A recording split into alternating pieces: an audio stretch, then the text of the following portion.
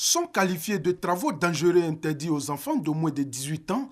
Les travaux qui, par leur nature ou les conditions dans lesquelles ils sont exercés, sont susceptibles de mettre en danger la vie des enfants. Entre autres, l'abattage des arbres, la production du charbon de bois, les pratiques des cultures attelées, la vente, le transport, la manipulation et l'épandage des produits agropharmaceutiques.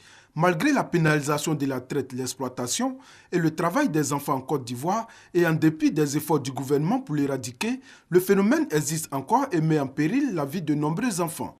Le présent atelier vise à donner les rudiments nécessaires aux éléments de la sous-direction de la police criminelle en charge de la lutte contre la traite des enfants et aux éléments de la gendarmerie nationale en vue de susciter en eux une forte implication dans la lutte contre ce fléau.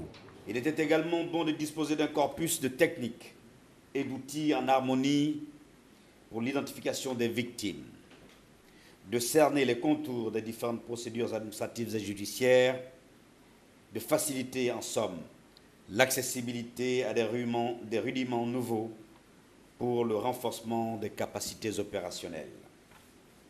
Pour ma part, je retiens donc de cette rencontre que vos interventions ne doivent plus se faire sur la base des évidences et dans la divergence de compréhension des notions et des démarches. À l'issue des travaux, les participants ont relevé que leur bonne volonté dans cette lutte est quotidiennement confrontée à des difficultés sur le terrain.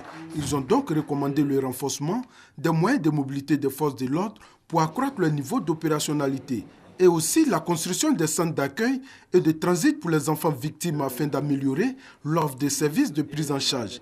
Ils ont également ajouté la nécessité d'affecter des travailleurs sociaux dans toutes les localités du pays afin d'assurer un bon maillage territorial de la prise en charge.